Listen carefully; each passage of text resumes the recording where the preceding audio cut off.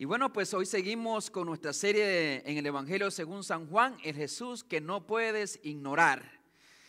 Y recordemos, hermanos, que ya sea en esta vida o en la venidera, en el cielo o en el infierno, todas las personas van a tener que reconocer que Jesús es el Señor, dice la Biblia, para gloria de Dios Padre. Así es que no podemos ignorar a Cristo, ya sea en esta vida o en la venidera. Tenemos que acercarnos y rendirnos a Él de alguna manera.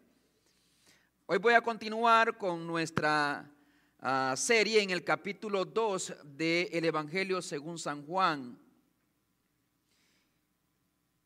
Capítulo 1, versículo 51. Terminamos el domingo pasado una promesa que hizo Jesús que despertaba mucho interés, me imagino, en sus seguidores. Y es lo que se conocería básicamente como el primer discurso de Jesús en el capítulo 1, versículo 51. Decía que de aquí en adelante veréis cielos abiertos y a los ángeles de Dios que suben y descienden sobre el Hijo del Hombre. Esa fue la esperanza, la expectativa que Cristo puso en Natanael y en todos los discípulos que le escucharon. Hoy vamos a ver entonces, a partir de hoy en adelante, vamos a ver a ese Dios encarnado actuando en este mundo. ¿Cómo actuó Jesús? ¿Qué hizo Jesús? ¿Qué enseñó Jesús? Por lo tanto, nos espera un largo camino del capítulo 2 al capítulo 12. Vamos a ver el ministerio público de Jesús allá en Israel. Cuando a aquel hombre que fue borracho le preguntaron si Jesús había convertido el agua en vino, a un ex borracho le preguntaron que si Jesús le había convertido el agua en vino, él dijo no, pero convirtió el dinero que gastaba en vino en zapatos, convirtió mi agresividad en amor, convirtió mis deudas en ahorro, convirtió un matrimonio roto y destruido básicamente en un matrimonio nuevo y restaurado. Convirtió la guerra en paz, convirtió la amargura en gozo, convirtió la esclavitud al alcohol en libertad. ¿Alguien puede decir amén? ¿Qué tantas cosas Dios ha hecho en tu vida? ¿Cómo Dios ha cambiado tu vida? Si Cristo realmente llegó a tu vida, Él tuvo que haber hecho un milagro. Quizás no ha convertido el agua en vino nuevamente. Ciertamente Él lo puede hacer una y otra vez, todas las veces que Él quiera. Pero es más importante el cambio que Dios obra en el corazón del hombre que en las cosas que Él nos puede dar externamente incluso. Por lo tanto, a partir de hoy veremos como igual que los discípulos, los cielos abiertos y cómo los ángeles descienden y ascienden sobre el Hijo del Hombre. Es decir, veremos las maravillas que el Dios hecho carne, Jesús, hizo aquí en la tierra. Entre las cosas que veremos o que analizaremos en este tiempo, habrán 7 señales y habrán 7 discursos específicos. Y se extiende del capítulo 2 al capítulo 12. Así es que, por favor, le pido que abra conmigo su Biblia, ahí en San Juan 2, 1 al 12. Si puesto sobre sus pies, le da lectura a los siguientes versículos, por favor, si está dentro de sus posibilidades. San Juan 2, 1. ¿Lo tenemos, hermanos? Dice la palabra del Señor.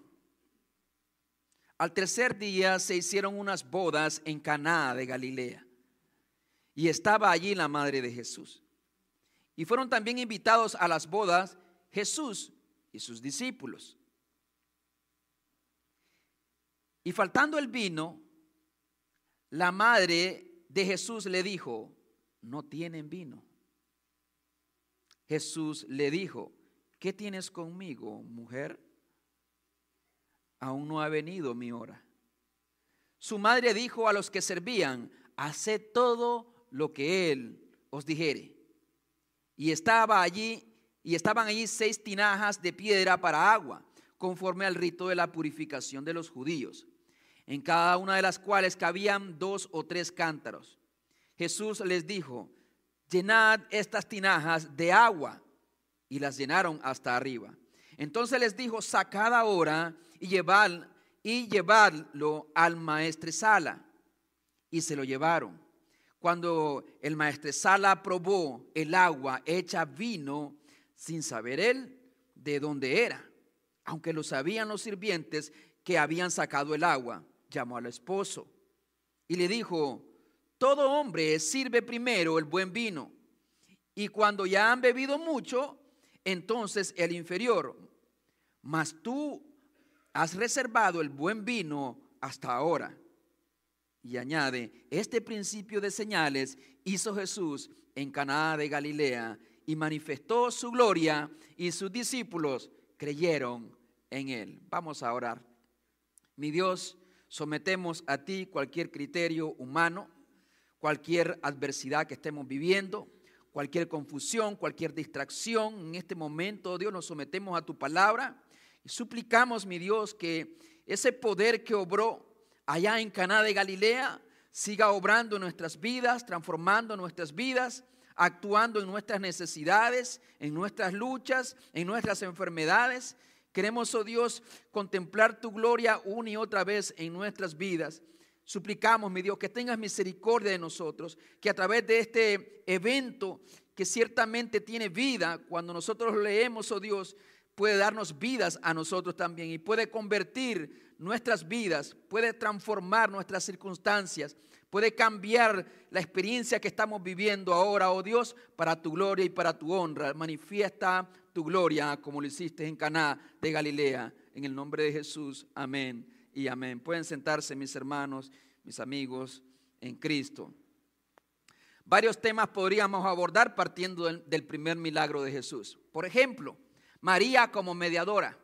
¿Sabe usted que este es un versículo muy usado por el catolicismo para hablar de que María puede ser nuestra intercesora delante de Jesús? Porque precisamente ahí en el versículo 3 es María la que le habla a su hijo Jesús y le dice: no tienen vino. Estaba intercediendo en aquella necesidad que había. Ese es un versículo muy usado que está totalmente fuera de contexto.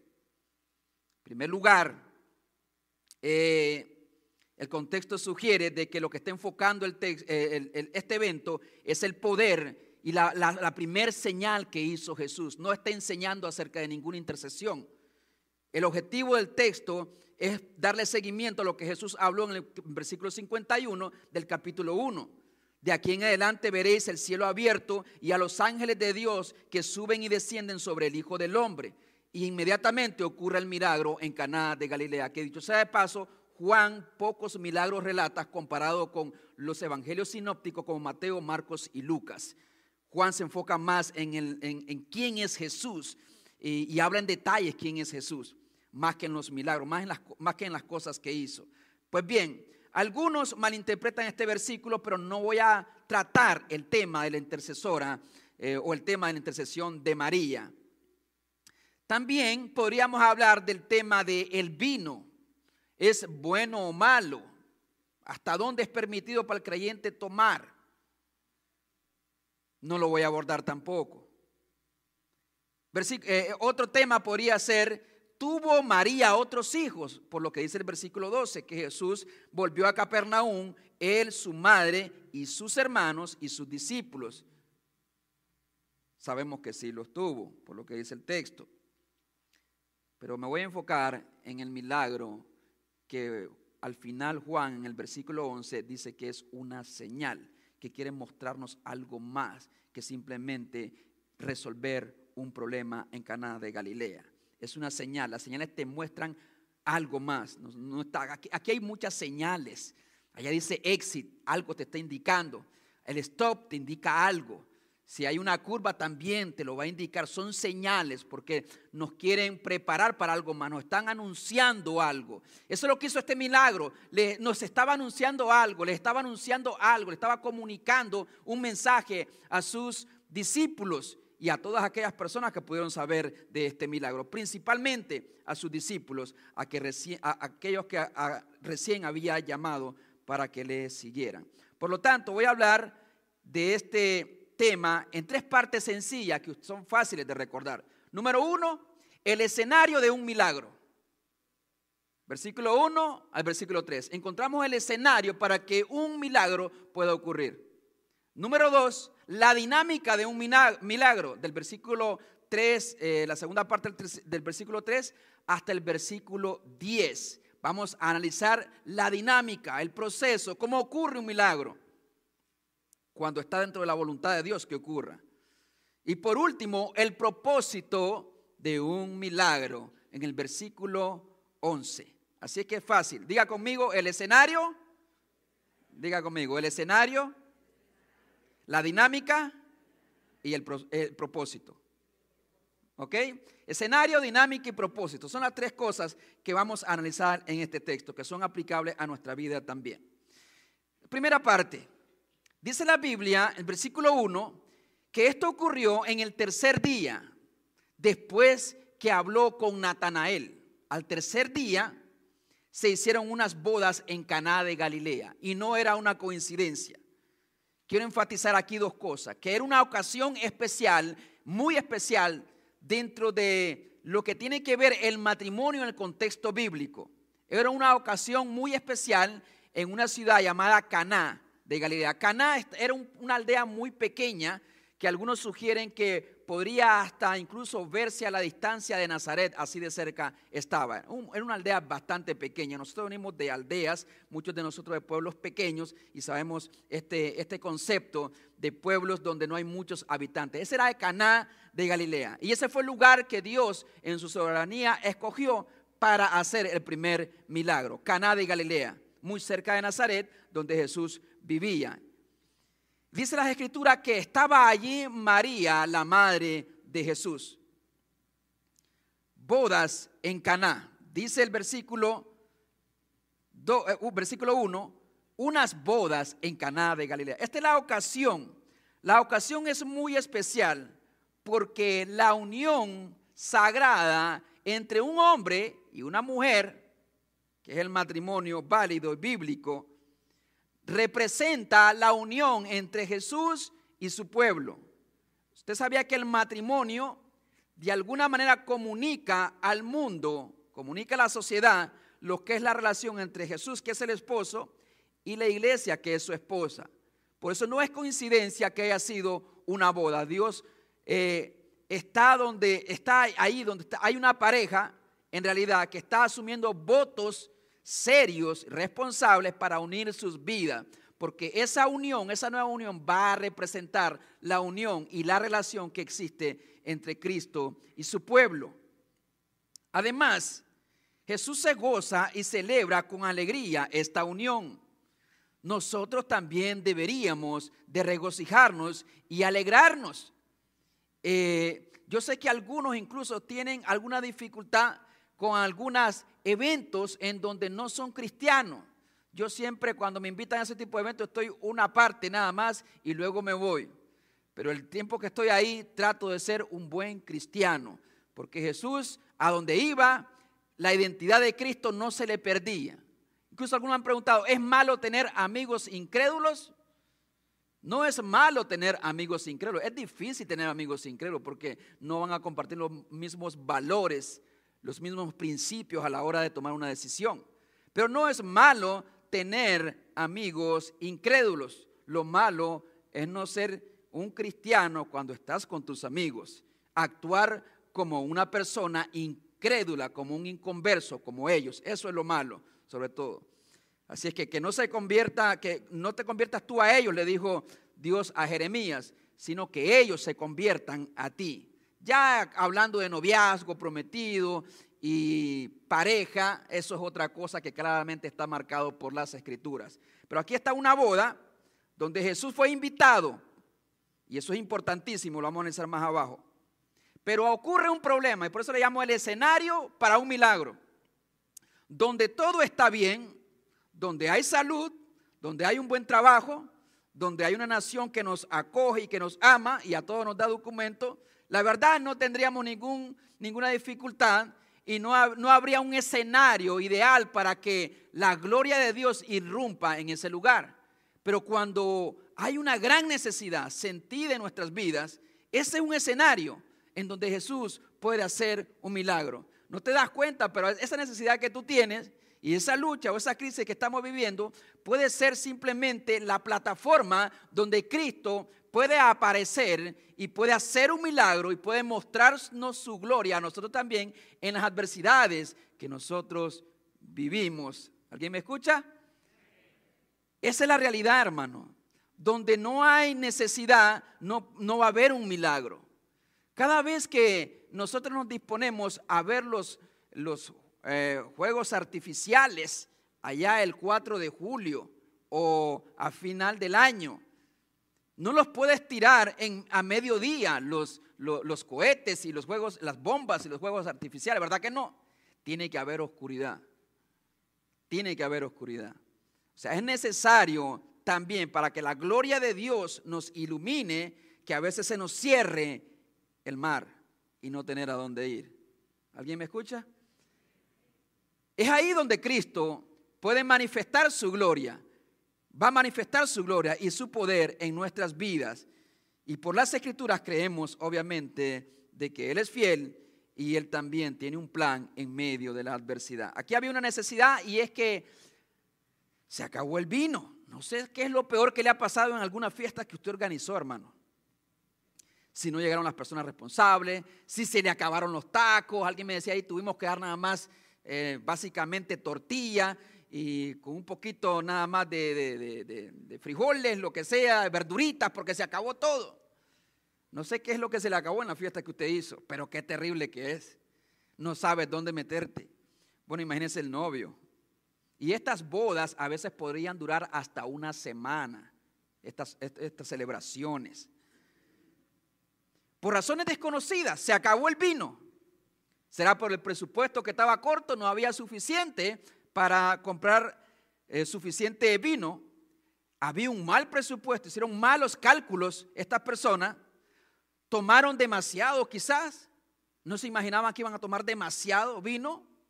O quizás pues el primo invitó al tío y el tío invitó a su amigo, como ocurre en nuestra cultura, ¿verdad?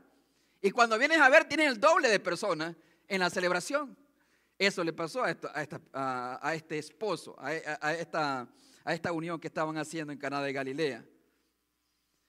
Sea por las razones que fuese, hay dos problemas claros. Hay una vergüenza terrible en el novio y también, según la historia, según el contexto histórico, hermanos, podría haber hasta demandas en contra del novio. Imagínense usted, qué tremenda celebración. ¿Te falta el vino? ¿Qué es lo que falta en tu vida? ¿Qué es lo que falta en tu vida? ¿Qué es lo que escasea ahora mismo en tu vida? Algunos podría escasear la salud, en otros podría escasear un sentido de propósito. Puede escasear el trabajo en otras personas, puede escasear un sentido de seguridad y confianza, especialmente en los tiempos que vivimos.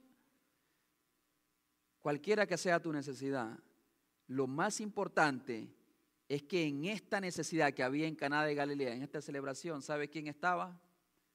Jesús. Jesús. Él era la respuesta. Y Él sería la solución para aquel nuevo matrimonio. Qué triste es enfrentar los desafíos de la vida que podemos tener como matrimonios, las luchas, los problemas, en la ausencia de Dios, en una ausencia total de Dios. Hablábamos hace poco también con un hermano después de la oración esta mañana y decía, hay mucho miedo en muchos hispanos. Nosotros por lo menos venimos a la iglesia, escuchamos palabra de Dios y alimenta nuestra fe. Pero ellos no tienen a dónde ir. No tienen a dónde ir. No porque no haya un Dios también para ellos, con los brazos abiertos para recibirlo, sino porque simplemente no quieren buscar a Dios. Así es que si su matrimonio cuenta con la presencia de Jesús, en realidad la solución está allí, en su mismo hogar, que es Cristo. Amén. Creámoslo y vivamos por esa fe. Veamos la dinámica. Aquí hay un escenario entonces, hay una necesidad. Aparentemente no hay solución, peor en Caná de Galilea, donde conseguirían tanto vino para ese entonces. en ese momento, pero estaba Jesús. Pero nadie sabía que Jesús podía hacer la diferencia, excepto María. ¿Se da cuenta de eso? Mira el versículo 3. Faltando el vino, la madre de Jesús le dijo: no tienen vino. Jesús le dijo: ¿qué tienes conmigo, mujer? Aún no ha venido mi hora. Aquí voy a enfocar dos cosas. En primer lugar, la parte que nosotros debemos hacer, estamos llamados a hacer, y la parte que solamente Él, Cristo, Dios, puede hacer. O sea, hay una parte que nosotros tenemos que hacer en el tema de un milagro y a la hora de enfrentar alguna adversidad y alguna necesidad en nuestras vidas, cualquiera que sea nuestra necesidad, en cualquier nivel, espiritual, económico, migratorio, lo que sea. Así es que tenemos que enfocarnos en lo que nosotros debemos de hacer y esperar en lo que Él puede hacer y solamente lo puede hacer. Sabemos que estamos viviendo un momento, tiempos difíciles como inmigrantes aquí en Estados Unidos. La nueva administración en la Casa Blanca obviamente tratará de expulsar del país a la mayor cantidad de inmigrantes. Nuestro gobernante Kevin Stitt y nuestro superintendente de educación Ryan Walters aquí en Oklahoma se han sumado y han puesto a nuestra comunidad inmigrante en un estado de estrés, ansiedad y angustia. Yo no sé cuántos de ustedes estén así y me da gusto que haya venido a la casa de Dios a pesar de. ¿Cómo manejar estas amenazas y estas leyes anti-inmigrantes? En primer lugar, ¿qué es lo que podemos hacer nosotros? No podemos cambiar las leyes. No podemos cambiar las circunstancias, pero sí la actitud con la que las enfrentamos. En primer lugar, debemos mantener la calma, que muchas de esas leyes, esas órdenes, casi 200 órdenes ejecutivas, primer día que firmó Donald Trump, no todas ellas se van a implementar, definitivamente. Tienen que haber procesos legales, tienen que llevarlo a corte y revisar cada una de ellas, especialmente aquellas que van a hacer una mayor diferencia, como el derecho a la ciudadanía de los niños nacidos acá en Estados Unidos. Lo que dijo también el superintendente que va a cooperar con el Donald Trump no es nada raro sabiendo de quién viene. Y es una vergüenza para el cristianismo personal. ¿Sí? Es una vergüenza para el cristianismo. Porque por un lado manda cantidad de Biblias a las escuelas y luego quebranta las instrucciones de Dios, porque Dios es un Dios a favor de los inmigrantes. No sé si usted sabía eso. Amén. No importa quién esté en contra de nosotros. Si Dios está a favor de nosotros, nada debemos de temer. Y la hoja de un árbol no caerá si no es su voluntad. Mi vida no depende de un presidente, de un gobierno, de un partido político. Mi vida depende de un Dios soberano que gobierna por encima de todas las cosas. De Él depende mi vida. Y no estoy haciendo proselitismo con ningún partido político, estoy diciendo la mera verdad, porque las escrituras lo respaldan. Calma, Dios está en control. Infórmese, pero no abuse de tantas noticias, porque puede crearle gran pánico. Consulte con un abogado cómo puede estar usted mejor preparado a nivel legal. Prepárese usted y sus hijos en un eventual escenario desfavorable para su vida. Si llegan a su casa, hermanos, recuerden, pida una orden legal firmada por un juez federal. Si no la conoce, mándeme un texto y yo se la mando. ICE o migración no puede entrar a la fuerza a su propiedad privada.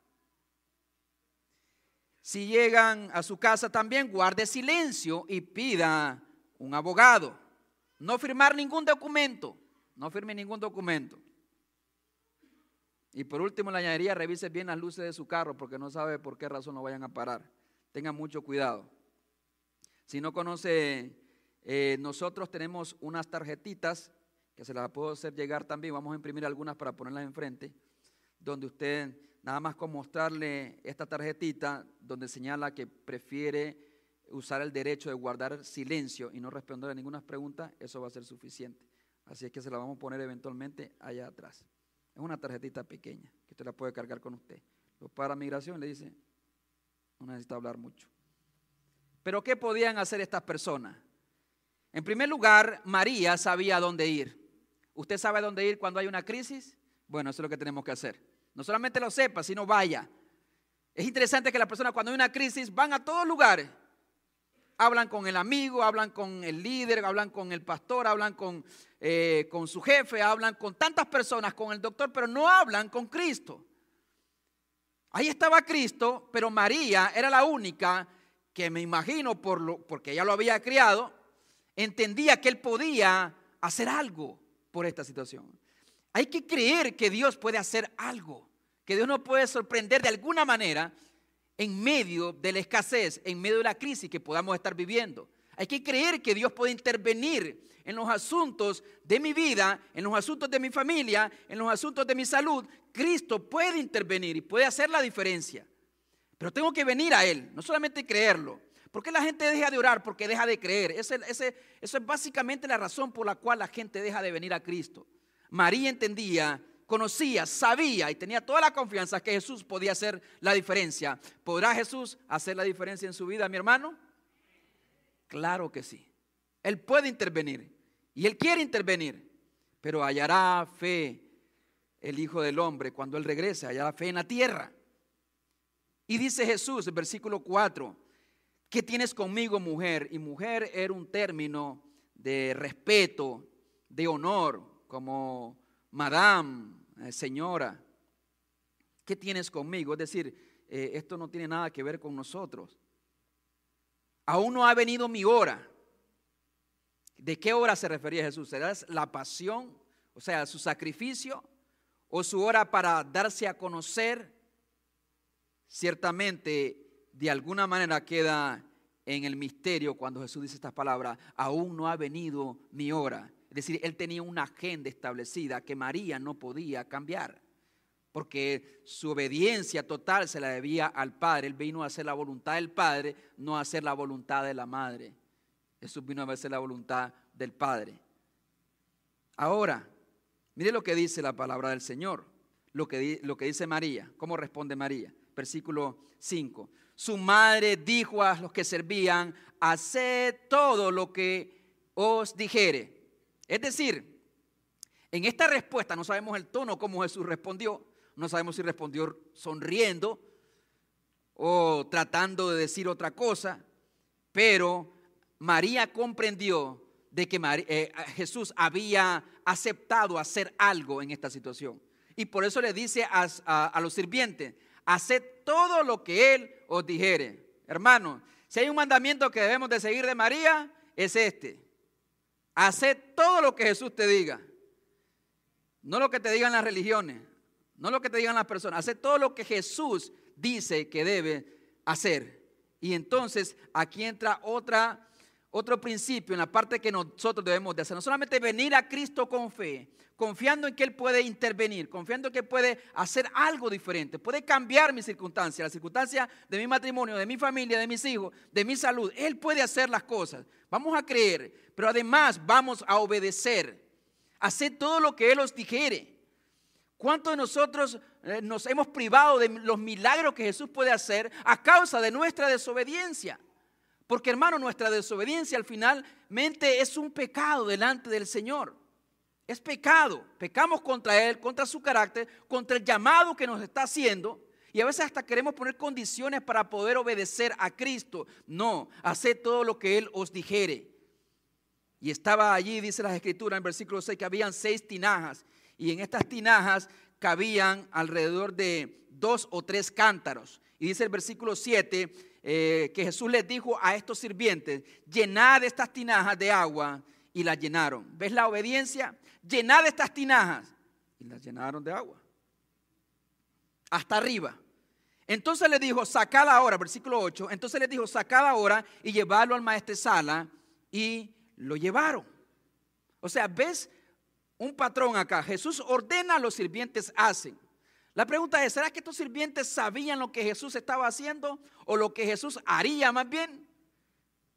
Absolutamente no, ellos no tenían ni idea, pero ellos sabían que como siervos, sirvientes, su deber era simplemente seguir las instrucciones. Por eso es que muchos piensan de que María pudo haber sido familiar de las personas que se estaban casando y que de alguna manera estaban envueltas en la organización. Porque los sirvientes le obedecen a María, siguen las instrucciones de María. Entonces, cuando siguen a Jesús, ellos están siguiendo al pie de la letra lo que Jesús está diciendo. Hermano, si nosotros queremos ver la mano de Dios en nuestra vida, no podemos vivir en desobediencia a Cristo. No podemos hacer lo que nosotros queramos. No podemos venir aquí y orar y derramar nuestro corazón y clamar a Dios en nuestro cuarto, pero luego ir y maltratar a nuestros hijos, maltratar a nuestra esposa, maltratar a nuestro esposo. Escuchar todo tipo de música que deshonra a Cristo. Ir a los bailes, ir a las fiestas, ir a las borracheras y todo lo demás. Pero vengo porque Jesús me ama y Jesús me recibe. No, hermano. Además de la fe y la oración de venir a Cristo, Dios nos llama a vivir una vida en santidad. ¿Me sigue? Una vida en santidad. Cuando yo empiezo a obedecer a Cristo por fe, aunque no entienda, estos sirvientes no tenían ni idea lo que Jesús iba a hacer. Recuerden que Jesús nunca había hecho un milagro público. No sabemos si en privado. Pero públicamente Jesús no había hecho ningún milagro. Este es el primero que narra las Escrituras en Caná de Galilea. Por lo tanto, estos sirvientes solamente seguían instrucciones. Necesitamos hombres y mujeres que aunque no entiendan por qué Dios está permitiendo lo que está permitiendo en su vida, en su familia o en las circunstancias que esté viviendo, que aprendan a decir al Señor, sí Señor, heme aquí. Si tú me estás llamando a hacerlo, si tú me estás llamando a enseñar, si tú me estás llamando a servir como mujer, si tú me estás llamando a servir en la limpieza, a servir cortando yardas, Señor, a donde quiera que tú me llames, yo te voy a servir. Si tú me estás llamando a abandonar este pecado, a abandonar esta relación, a abandonar este trabajo porque no me conviene, voy a obedecer. El tema es aprender a obedecer a Cristo a pesar de que a veces no entienda lo que Él pueda estar haciendo. Queremos ver la mano de Dios en nuestra vida, venga a Él, pero viva en santidad. Esas dos cosas tienen que ir de la mano si queremos ver la mano de Dios en nuestra vida. Amén, hermano. Santidad. Sin santidad nadie verá al Señor, dice la Biblia. Así que debemos obedecer a María en este mandamiento, hacer todo lo que Cristo nos dice. Y Jesús nunca nos dice que debemos de venir a María para poder obtener un milagro de Jesús. No podemos usar palancas. La mente humana razona la fe de la misma manera. Voy a ir con mi tío porque mi tío tiene ciertos contactos para que entonces me conecte y entonces puedan darme el trabajo que necesito, que quiero. No funciona así en el reino de los cielos. Nadie puede venir al Padre, dice Jesús, si no es a través de mí. Él es el único mediador entre Dios y los hombres, dice la Biblia, Jesucristo hombre. Por lo tanto, Jesús dijo, venid a mí, todos los que estáis trabajados y cargados. ¿Para qué ir con alguien más si Jesús te está diciendo, ven a mí? Directamente puedes venir a Él. Y dice Jesús, todo lo que pidan al Padre en mi nombre, dice, yo lo voy a hacer. En ninguna parte de la Escritura. Este es el único versículo que a veces se malinterpreta y se dice que María intercede por nosotros. Además, es atribuir a María atributos divinos. ¿Cómo María puede escucharme a mí y puede escuchar a mi hermano que está en Nicaragua y a mi amigo que está en Europa? Eso es atribuirle características divinas de Dios. No, solamente hay un Dios, dice la Biblia. Ahora esperar a lo que Dios puede hacer. Mira el versículo 9. Cuando el maestresala probó el agua hecha vino y aclara que éste no sabía de dónde era, aunque lo sabían los sirvientes. Los sirvientes sí sabían porque estaban involucrados en el proceso, en la dinámica del milagro. Que habían sacado el agua, llamó al esposo. No llamó a los sirvientes, llamó al esposo, que era el que se encargaba de proveer. Y este maestresala sabía que se había acabado. Y dice las Escrituras en el versículo 10, que esto fue lo que le dijo al esposo. rescató al esposo y aquella celebración y aquella boda, dice el versículo 10, y le dijo: todo hombre sirve primero el buen vino, y cuando ya han bebido mucho, entonces el inferior, mas tú has reservado el buen vino hasta ahora. ¿Qué tenemos acá? ¿Jesús efectivamente transformó el agua en vino o solamente fue la apariencia? Si leemos la Biblia, interpretamos literalmente, que es la forma más natural de interpretar cualquier texto, respetando las figuras obviamente literarias, comprendemos y llegamos a la conclusión simple y sencillamente de que Jesús convirtió el agua en vino, así como está ahí. Vino de verdad. El vino era considerado incluso una bendición de Dios. El vino también representaría la sangre de Cristo. ¿Sabía usted eso? Tomad, esto es mi sangre, que por vosotros es derramada, la sangre del nuevo pacto. Allá en Juan capítulo 13, cuando Jesús instituye la cena de la comunión. Hermanos, esto no es nada más una coincidencia o casualidad. El nuevo pacto se estaría estableciendo con Jesús. Literalmente convirtió el agua en vino. Y dice la Escritura que convirtió mucha agua en vino, es decir, fue abundancia. Pablo lo dice así, que aquel que es poderoso para hacer las cosas mucho más abundantemente de lo que pedimos o entendemos, a Él sea la gloria por los siglos de los siglos. Amén. Tú pides algo a Dios y Dios a veces te da mucho más de lo que tú le pediste, ¿sí o no? Dios me ha dado a mí mucho más de lo que yo le he pedido. A veces no le he pedido y Dios me da incluso porque conoce mi necesidad. Hace poco tenía la necesidad de un vehículo. Ni el carrito Honda me servía, ni la Ford se me apagaba en cada stop. Yo dije, ¿por qué no agarré el carro que me iba a dar la iglesia el año pasado? No se crean. De lo único que me arrepiento de mis pecados. Pero Dios me tenía un vehículo. Las mismas personas que por la gracia de Dios me habían regalado la Ford en el 2017 cuando nació Sana, a ellos se les dañó también una Honda Odyssey del 2019. Se les dañó. Y entonces dijeron, vamos a comprar otra. Se compraron otra. Dieron a arreglar la Honda, quedó buena y dice, ¿ahora qué hacemos con esta Honda? Se le dañó otra vez la Ford a Jairo, se la vamos a donar a Jairo. Y yo le estaba pidiendo a Dios por un vehículo.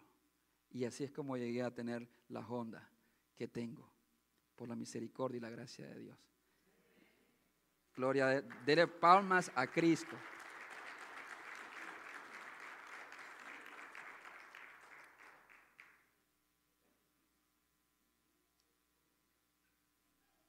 ¿Cuánto vino hizo Jesús?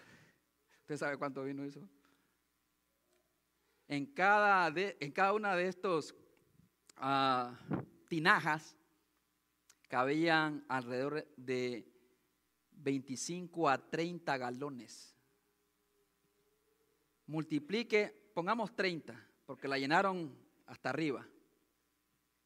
6 por 3, 18, 180 galones de vino. Eso fue lo que hizo Jesús.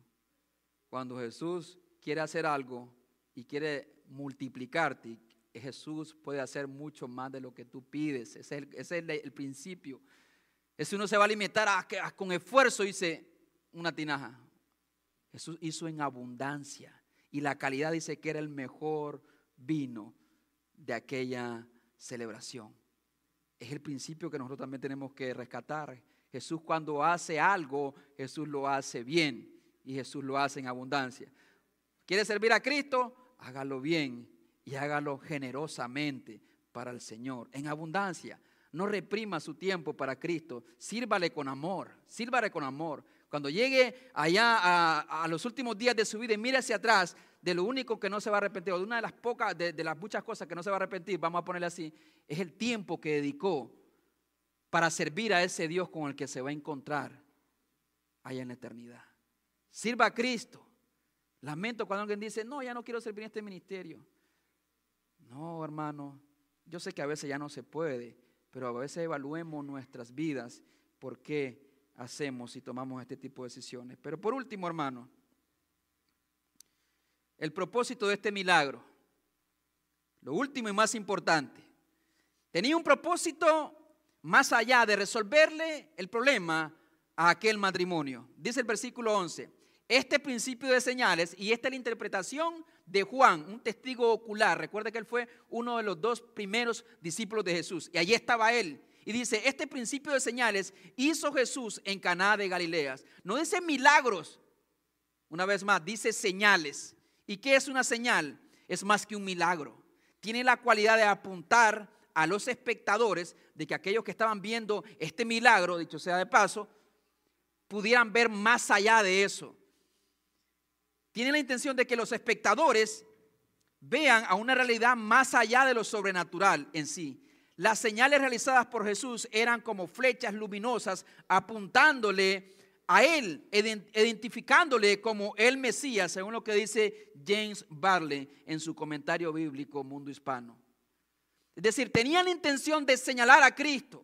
Ese era el propósito de estos milagros, que la gente pudiera creer, que pudiera ver la gloria. Dice el versículo 11 que no solamente era señalar a Cristo, sino que lo hizo con la intención de manifestar su gloria. ¿Qué es la gloria de Dios? El poder, la sabiduría, el amor, la gracia de Cristo. Esa es la gloria de Dios. Lo está manifestando a aquellas personas en Caná de Galilea. Y además tenía otro propósito también. Dice la Biblia que los discípulos y sus discípulos creyeron en Él. Cada milagro que Dios ha hecho en nuestras vidas, en mi vida, en la suya, tiene la intención de revelarnos a Cristo, su gracia, su amor, su poder, de manifestar su gloria, pero también de alimentar nuestra fe. Por lo tanto, por eso es que Juan utiliza la palabra señal, para que nosotros miremos más allá de lo que hizo Jesús, más allá de levantar a un paralítico, de dar vista a un ciego, de liberar a un endemoniado. Es para que nosotros miremos y digamos, ¿quién es este? ¿Quién es este? Como dijeron allá los discípulos, que aún los vientos y los mares le obedecen. ¿Quién es? Porque podríamos pasar de vista quién es Jesús.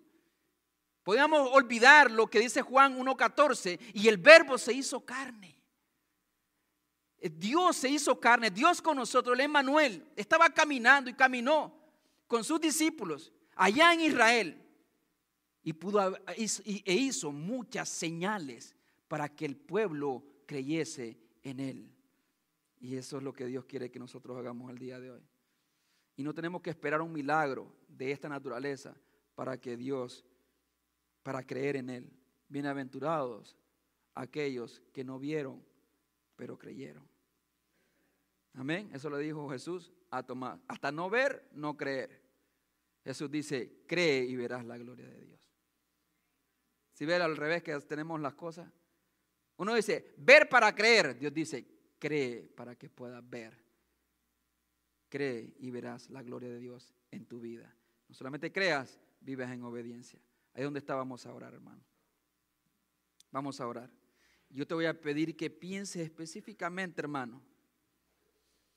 Pienses en esa necesidad, esa área donde estás escaso. Esa área donde estás escaso. Puede ser tu familia, tu matrimonio, puede ser la vida de tu hijo. Ese milagro que estás pidiendo a Dios, esa necesidad sentida, fuerte que hay en tu vida. Se hubiera echado a perder toda aquella fiesta, aquella celebración. Pero Jesús estaba ahí. Jesús es indispensable en tu vida. Jesús no puede quedar fuera de tu vida. Aquellas personas hicieron bien en invitar a Jesús. Has invitado tú a Cristo para que reine y gobierne tu vida. Has invitado tú a Cristo para que cambie tu vida. Has invitado a Cristo para que sea el Señor de tu vida. Y en esa necesidad que tú tienes, invítale ahora, acércate a Él y dile: Jesús, te pido que tengas la bondad de hacer un milagro en mi vida. Hoy creo con todo mi corazón que tú puedes hacer la diferencia en mi vida, en mi familia, en mi matrimonio. No creo en lo que otros pueden hacer. No creo en la decisión que pueden tomar mis hijos. Creo en tu palabra. Con tu voluntad puedes hacer un milagro en mi vida. Pongo a tus pies esta necesidad que tengo. Suplico tu misericordia. Haz un milagro en mí, Señor. Creo que Jesús es el Hijo de Dios. Creo que Él puede hacer una diferencia en mi vida. A ti sea la honra y la gloria por siempre y para siempre, Señor. Gracias por escucharme y gracias por obrar, porque sé que estás obrando, aunque a veces no pueda verlo. Sé que estás obrando, aunque pareciera que estás callado. Lo creo en el nombre de Jesús. Amén y amén.